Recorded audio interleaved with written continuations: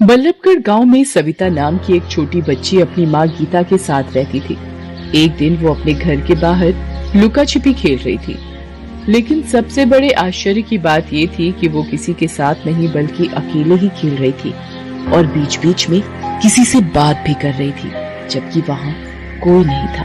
1 2 3 4 5 6 7 तुम छिप गई, मैं आऊं, मैं आ रही हूँ।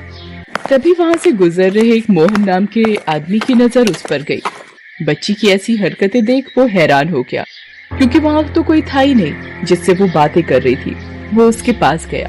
अरे बेटी, ये तो किसके साथ खेल रही है और तू बातें किससे कर रही है? यहाँ तो कोई नहीं है। अरे अंकल, कैसे कोई नहीं है? यहाँ मेरी माँ है, मैं अपनी माँ के साथ खेल रही हूँ। अब आप जाइए, मुझे माँ को ढूंढना है, वो छिप गई है। कहाँ है तुम्हारी माँ?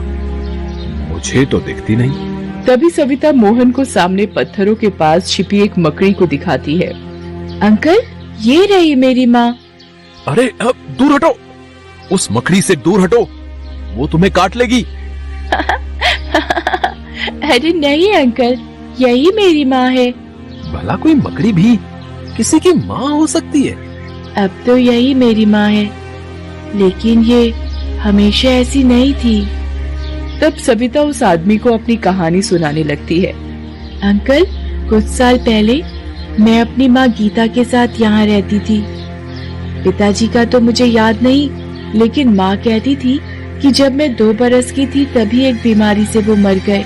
सविता के पिता की मौत तो बीमारी से हुई थी, लेकिन गांव में कुछ लोगों ने ये अफवाह फैला दी थी कि गीता टोना टोटका करती है और उसी ने अपने पति को मार दिया है। एक दिन गीता सविता के साथ कुएं पर पानी भरने गई। कुएं के पास कुछ औरतें पानी भर रही हैं। अरे हट जाओ, इस गीता को पहले पानी भरने दो, नहीं तो पता नहीं कौन सा टोना टोटका ये हम पर कर दे। ये आप कैसी बातें कर रही हैं चाची? मेरी माँ कोई टोना टोटका नहीं करती। आप ऐसे झूठ मूठ कुछ भी नहीं बोला करिए। देख रही हो ना इस सविता को, दूध के दांत अभी टूटे नहीं और शरीर बड़ों से बहस करने। इतना कहकर विमला सविता को जोर से धक्का दे देती है। सविता दूर जा गिरती है। उसका सिर कुएं की दीवार से जा लगता है और उससे खून निकलने लगता है। ये देखकर गीता को भी गुस्सा आ जाता है और वो विमला को जोर का थप्पड़ मार देती है। तुम्हारी हिम्मत कैसे हुई मेरी बेटी पर हाथ उठाने की? उसके बाद गीता अपनी साड़ी का पल्लू फाड़ती है और उसे सविता के घाव पर लगाती है और वहां से चली जाती है। गीता का थप्पड़ खाकर विमला गुस्से से आग बबूला हो जाती है। वो गीता को सबक सिखाने का निश्चय कर लेती है। अगले ही दिन वो अपने भाई भीमा के पास जाती है और उसे सारी बात बताती है। भीमा छटा हुआ बदमाश था। तूने तो मेरी नाक पूरी की पूरी कटवा दी। तेरा भाई इतना बड़ा गुंडा है, इलाके के लोग मेरे नाम से ही थर थर कांपते हैं, और तू पिट कर आ गई। अरे तुझे तो वही घुमा कर देना चाहिए था उस गीता को। एक तो उस गीता ने मेरी धुलाई कर दी, ऊपर से तुम भी मेरा मजाक उड़ा रहे हो। इससे तो अच्छा है कि मैं नदी में कूदकर जान दे दूं।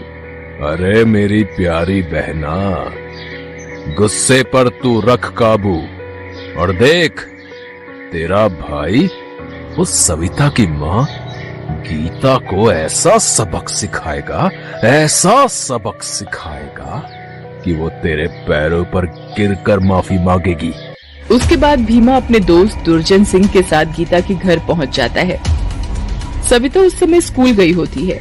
भीमा वहां पहुंचकर गुस्से में गीता को आवाज देकर बाहर बुलाने लगता है। वो बाहर आती है। क्यों री, तेरे खून में बहुत गर्मी गई है क्या?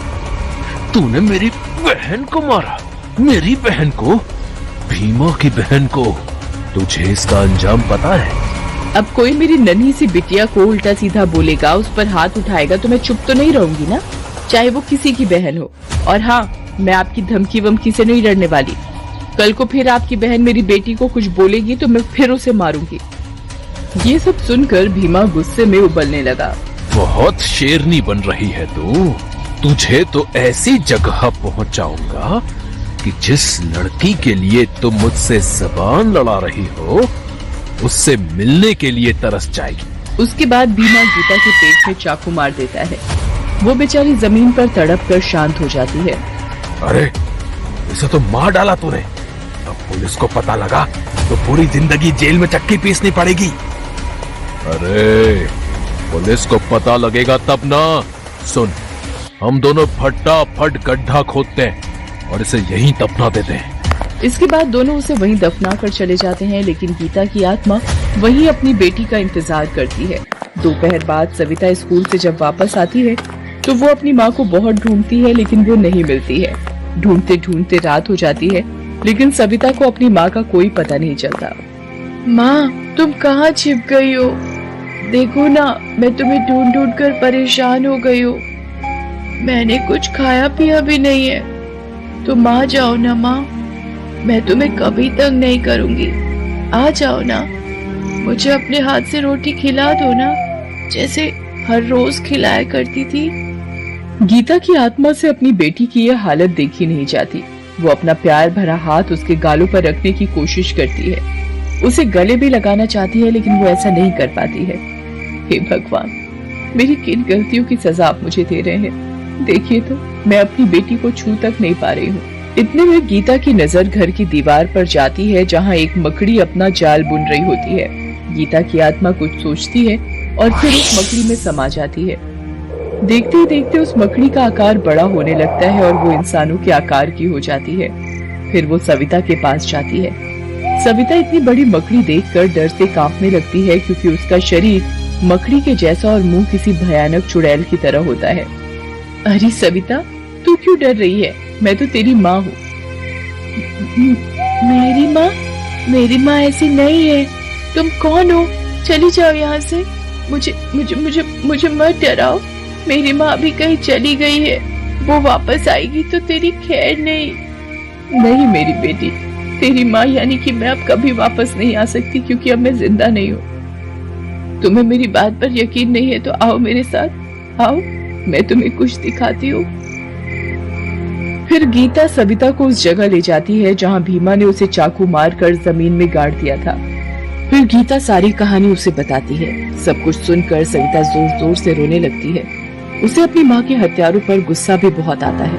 उन्होंने तुम्हें मार दिया, मेरी माँ को मार दिया। माँ, तुम उन अत्याचारियों को मत छोड़ना, उन्हें उनके किए की सजा जरूर देना। इसके बाद गीता भीमा के घर चली जाती है।